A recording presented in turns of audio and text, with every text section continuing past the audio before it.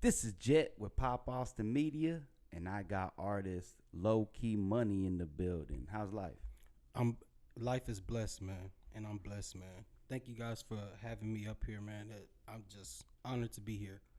Appreciate you coming through, man. Sorry about the miscommunication at the beginning, but hey, we here though. We rocking with it. No Yeah. text was coming through. I was like, what the world? Yeah, but man. It's like the devil trying to intervene, man. But we here blessed though. over there. We blessed, Where you originally from?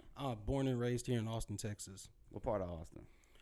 Man, I grew up all over Austin, man. But primarily, I'm South Side.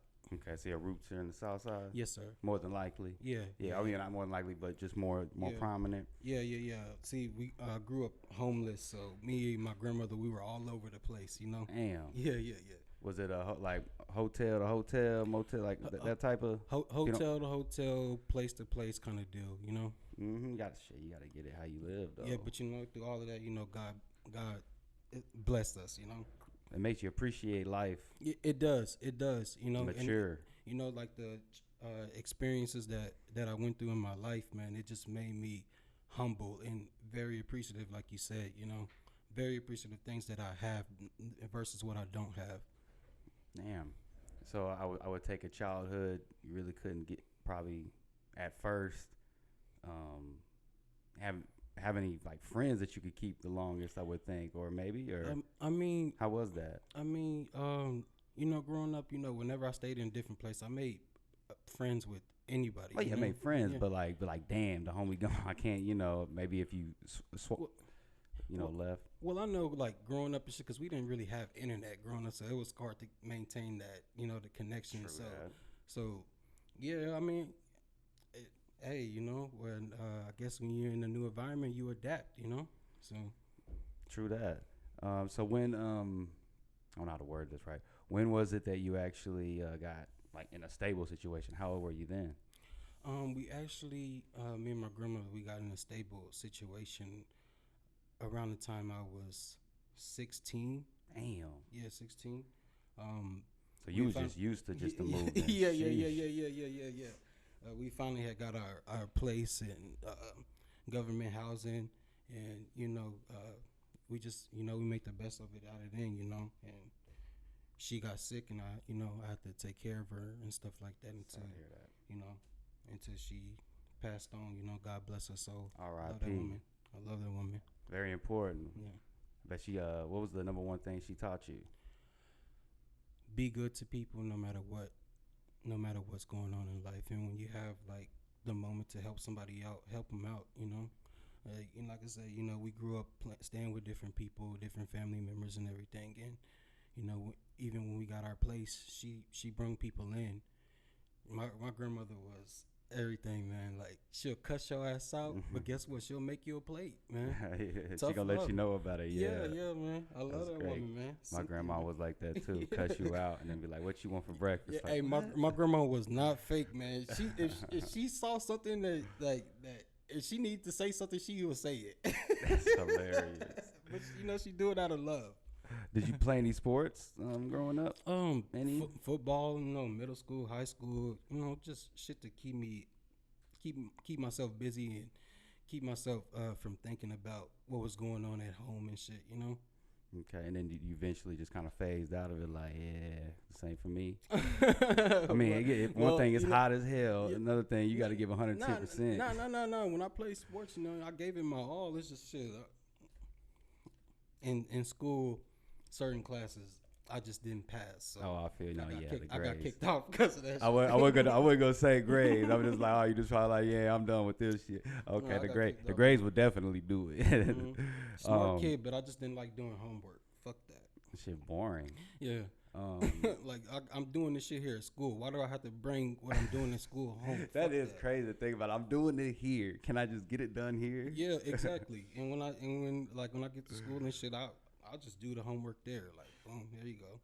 Like, I had this one teacher. She would fucking fail me just because I did the homework there. Oh, wow. Answers right and everything, but because I didn't do it at home. Yeah. Do it there. You probably start finessing it. Do it there. Take it home, and then bring it like you did it. That's what. Nope. Still just gave it. That's Yep. hilarious. What high school did you go to? Like I said, man, I since I grew up So- homeless, I went to 4 different schools, man. I went to Reagan, Lanier, Aikens, and Crockett for summer school. Out of the 3, I won't count the summer school one. Out of the 3, what My were the be- best one? What my was the best school? my best one was Aikens, man. That's where I graduated from. My best one was Aikens because, like, my teachers had found out what I was going through. Like, they knew about my situation, and they went out their way to help me. You know what I mean? Miss O'Neill, Miss Royer, Miss Sherwood, they helped me out, man. When they found out like I was staying on the streets, man, they provided me with rides and provided me with resources to to help me stay focused in school, man. So I'm very appreciative of them. I'm very appreciative of those ladies. Shout out to the good teachers out there. Yeah, man. shouts out. 'Cause they're not getting paid the best. And when they care like that, it's like, damn. Well, they just said they saw they see something special in me. I didn't know what it was at the time, but I thank God for them. Shouts out to them. Shouts man. out. So, what got you into music? Well, I grew, like I said, I was raised by my grandmother, so she grew up playing like a whole lot of old school music. Of course, when I was out running the streets, I heard all kinds of music out there. When I was with rich friends, I heard music and all that, and all of that stuff just embodied in me. And I was like, man, I want to do this. Used to freestyle with my cousins and all that. Just BSing, and then we went to a studio and start recording. It was all mediocre though, but we had fun. No, I was like, yeah, this just is doing cool, it, man. though. It's cool, man. It was cool. I remember we started recording on our phones and shit, and we put them on SoundCloud, and people actually liked it. The people that we showed it to, they're like, yeah, they like it. I was like, okay, we can do this, man. So that was around age 15. Okay, so you started really. When did you start really taking it serious? I started taking serious when Because when you first start, you're gonna just dibble dabble into it. Of course. I started taking it serious about 2014 or 13. I can't remember the year. We met this guy named C3, and he recorded our first studio sound. Sometimes with me, my cousin T Dog, and my brother C-Mo, RP, and I was like, yeah, we can do this. You know what I mean? We can actually do this. We got the song played on KAZI when they was doing when they was playing artists music and stuff, and they actually liked it. It was pretty dope. KZI back when they were somewhat tapped in, they got tapped out though. Yeah, man. So Lowkey Money. Yes, sir. Where'd you get that name from? And Okay. what's the inspiration? Okay, I got you. So Money is a family name. Family name given to me by my great grandmother. When I was, she said something when I don't remember it. She said when I was young, she said somebody gave me some change or something, and I took it, and I took it they gave me $1 million or something like that, and I cherished it. She was like, man, you have a rich soul, so we gonna give you money, So that's where that came from. And then Lowkey, because I always lived a low profile lifestyle. I didn't want people to know what I was going through, or shit that was on my mind. So I have a smile on my face just so people won't see me down. So Lowkey and Money, that just came together. Lowkey Money. I like it. Dope. Because it could be a million different things. Yeah. It could be wrong, but that's I got meaning to it though. Yeah, exactly. When people say it's money for cash money, no, it's not. It's not for that. No. Okay, I don't glorify money. No, yeah, I see. That's why I was curious. Do you have any inspirations that got artist wise? Yeah. Like I said, listening to all the old school music growing up, all the gangster shit. Growing up, listening to all the pop star shit with my rich friends, all that shit inspired me, Bill Withers. Oh yeah, you went okay. Yeah. Went there. I see. I said Bill Withers. Yeah, Bill Withers. A few other old school people. Earth, Wind, and Fire. Oh yeah, I can see. And then Gap Band, and that's my guys, Gap Band. Kanye, Wayne, Zero. Yeah, Kanye. So yeah, of course, I gotta. I'm in Texas, man, so I gotta give my props to the Texas artists, because that's shouts out. And then Kanye definitely did too. Yeah. Speaking of that, who's your favorite producer in Austin, if you have one? I'm gonna be biased AF, man. It's two actually. You know, DB the producer. That's my brother that produced my first EP. Shouts out to him. And then my boy Ben out of Stinson Studios in Westlake. Damn. Okay. Ooh, Westlake. Yeah, I know that's nice about Mhm. Westlake. Mm-hmm. That shit'll be looking like little mini Cali vibes out in that bitch. Do you have a favorite venue in Austin? No, I don't have a favorite. You don't have venue. a particular favorite. No. You just No. okay. Interesting. All right, let's get into Bill Credit EP. Talk about that. Okay, so Build Credit is just a project of shit that I've been working on since the pandemic and before pandemic. The title Build Credit came because, you know, my first EP is called Invest. You know, I tell people you got to invest in yourself when it comes to this music because nobody's going to do it for you. You got to do it yourself, you know. And then build credit, you gotta. It has multiple meanings behind. Of course, you gotta build your credit up, right? You gotta build relationships with people, you know, so you can make it, you know, because your network is your net worth, you know. So yeah. Yeah. Okay, I see. And then, did you record that in multiple studios, or did you just only really stick with one? And I recorded everything at Stinson Studios. Okay. Yeah. And my boy Eduardo, he came to my crib to actually record two of the songs that's on the EP. So shout out to Lalo for that. Yeah. Shouts out to him. And okay, I got a question. Spotify, Apple Music. Yes, sir. From an artist standpoint, what do you like? What do you prefer? Spotify. You like Spotify better? I like Spotify better. Okay. You think that they do you think they give placements better? Get more bang for your buck? Yeah. Yeah, that's what I feel. I feel like that's a better place because a lot of people use Spotify. Even though a lot of people use Apple Music, but Spotify, you can have that on, you know, like your Android phone, iPhone, whatever, you know. So it's more users on that platform than Apple Music. True, I can see that. I mean, well, granted, everybody got the Apple. I don't know. I want to break it down to see like which is which. And also, you can more. look it up and see like which streaming platform pays more for a certain amount of streams. And Spotify is like at the top. I need to go look again because it's been a minute since I've looked at those things. The game's so sickening now. I'm gonna say some names and talk about. I saw you did some things with Waka Flocka. Yeah. Talk about that. Oh man, like cause like I said, I started streaming on this app called Up Live. It's a live streaming platform, and you know they gave me opportunity to grow and everything. So you know, shouts out to them right there. You know, and they had asked because you know this is right when COVID was coming around and everything, and they were asking they want to send people out to Bella Thorne's New Year's Eve party, and they wanted me and my boy Miles to run the event, you know. So I said, hey, we'll go. I'm not scared of COVID. I'm blessed, man. You know, I'll take care of myself. So me and my boy Miles, we went out there, and like I said, we was in charge of shit. And they said like Waka Flocka's coming, so he came, and yeah, we did the interview for the platform, and it was dope, man. It was dope. Like we got to hang out, drink, smoke, party. It was lit, man. Waka's a good dude, man. Waka, yeah. He's a good First dude. off, that's very a humble. tall dude. Oh yeah, that like nigga's tall. 6'5". That nigga is tall. But man. I seen him. I was at it was during like All-Star Week, and he I guess his little girl wanted to make sure he was leaving at the outlet because he was shopping at the outlet, not trying to air him out, but fuck it, they got some hot shit there. It was at one in Dallas.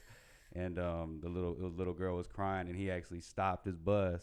And, you know what I'm saying? Let the little girl go over there with his mom, and then, you know, did whatever. I was like, oh, see, he actually cares about his fans. He's a good dude. Like, when we met, it wasn't like a, hey, this, like, man, we met on this fucking ninja obstacle course down in Cancun, Mexico. We was out there, like, swinging all over the goddamn How in the hell was that? Like, just like... That shit was crazy, man. That shit was crazy. And Waka was out there doing that? Yeah, Waka was out there doing it. His wife was out there doing Going that. hard in the paint? Yeah. She almost broke her leg and shit. Oh, my God. What was she doing? Is she just doing the most, too? Just, damn. Because, you know, they had, you know, on the ninja obstacle course, they got this shit that you jump from and shit like that. And She almost did that, and my boy Miles almost did the same shit too. I was like, damn, man. And then I'm a big dude, so if I'm out there doing that, I'm gonna bust my ass too. But I got balance, so yeah, Yeah, I you didn't gotta bust my ass too much. gotta have that good ankle work. Yeah. Damn, that's that was crazy. that was though. a good time, man. You know, partying with Waka, Bella Thorne, and a whole lot of other influencers that That's was there. some That was random. cool. That's the most random pair when you think about it. Bella Thorne and Waka Flocka. Yeah, That's yeah, so Bella, random. Yeah, Bella Thorne, Waka Flocka, Diplo was there too. Like, yeah, that was some crazy shit. I was like, That's a crazy mixture right there. yeah, man, it was okay. I saw you ran into Murder Beats too. Yeah, Murder Beats. Yeah, Yeah, Murder I Beats. saw you ran into him. Yo, that dude right there is cool too, man. He He does very his cool. thing. He did a lot of hot records, and he had a lot back to back to back. Yeah, man. He actually had told me while I was out there. He's like, man, come out here to LA and let's do some work. And I was like, yeah, that's cool. We can do that, man. But I never went. Oh, come on, man. You Nah. gotta go. You gotta make that trip because especially when he's hot. Yeah. Go down there, do at least if it's 2 days, 3 days. Like, yo, figure this out. That is funny. What do you think about the Austin scene now, currently? I think it's going somewhere, and I say that in a positive sense.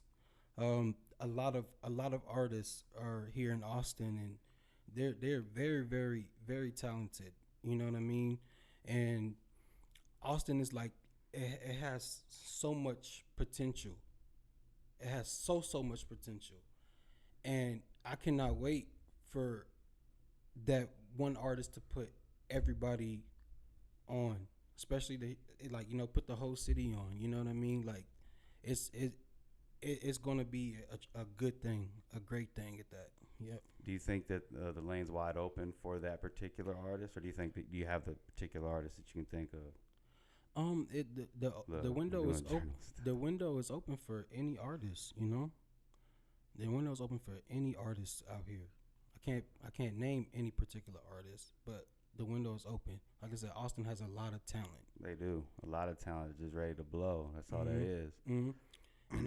And I hope that everybody that comes up here to this podcast, this show right here, I hope they all make it.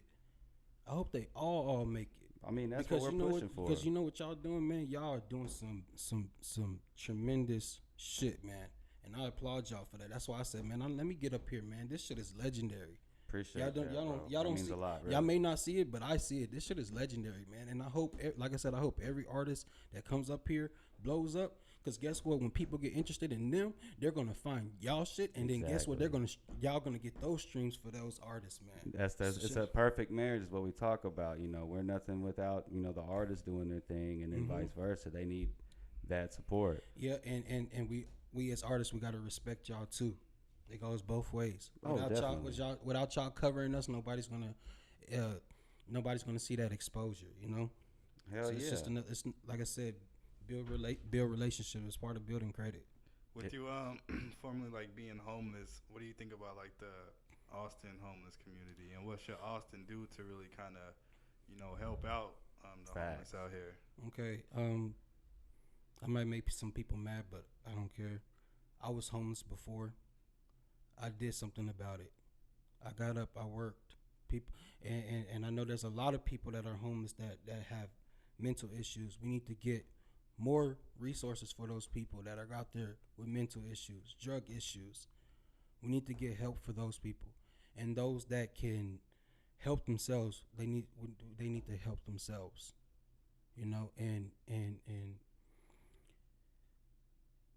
we need to do better by them, But it starts with them doing it themselves as well. So that's my take on that.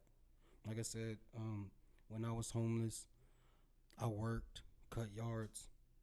Like I said, man, me and my grandma was growing up, we used to have to cut yards every day, walk around the whole north side of Austin. And Grandma was a G, bro. Yeah. We used to have to walk around this is how we spend summers. We'll spend summers walking around all of Austin with a lawnmower, cutting people's yards so we can have a place to stay for the night. Yeah, man. Walking around that hot ass heat, man. Damn. Yeah. Yeah. With my grandpa T too. Yeah. It's bad out here though. I mean, course, it isn't on the California level, but it's bad, especially downtown and with the arcs and all that. Yeah. We stayed in that Salvation Army down there. Yeah, so I had firsthand experience of that culture down there. It's crazy. Man, you up out of there though, and shouts out to Grandma too. Shouts out, dog. Shouts out. Well, where can we find you at on the digital streaming platforms? Y'all can find Lowkey Money on every platform there is. Just type in Lowkey Money. Just make sure you spell money double Y. Y stands for why not. That's hilarious. Where can we find you at on social? You can find me on Instagram at official_Lowkey_money. Bet. And then one more thing, do you got anything like videos upcoming or anything else from the project? Or are you working on another project? Or how we doing this? Just to let the fans I'm know. about to go to the Philippines and actually about to shoot 2 music videos, Picture Perfect and Nights Like This. Dope. That's gonna be lit. I'm ready to hear about that one. Yeah. Had to lace you up though, my guy. Hey, Give you shouts out. the tea, some Pop Austin Media stuff. You never know. Bring that out to the Philippines. Let them see that Pop Austin Media. Oh yeah. By the way, I gotta give a shout out to my cousin Pharaoh, man, because without him, I would have never found you guys. Because he shared P Killer's interview, and I was like, oh shit, okay. God dang, P Killer, that's funny. Oh, shouts out to him, man. Shouts out to you. I appreciate you coming through, bro. Keep doing your thing. I'm gonna be looking out for them videos. Thank you and just so any much. other stuff you got. Keep up the positivity. This is Jet with Pop Austin Media. Like and subscribe. I'm signing out. Lowkey Money. Let's get it.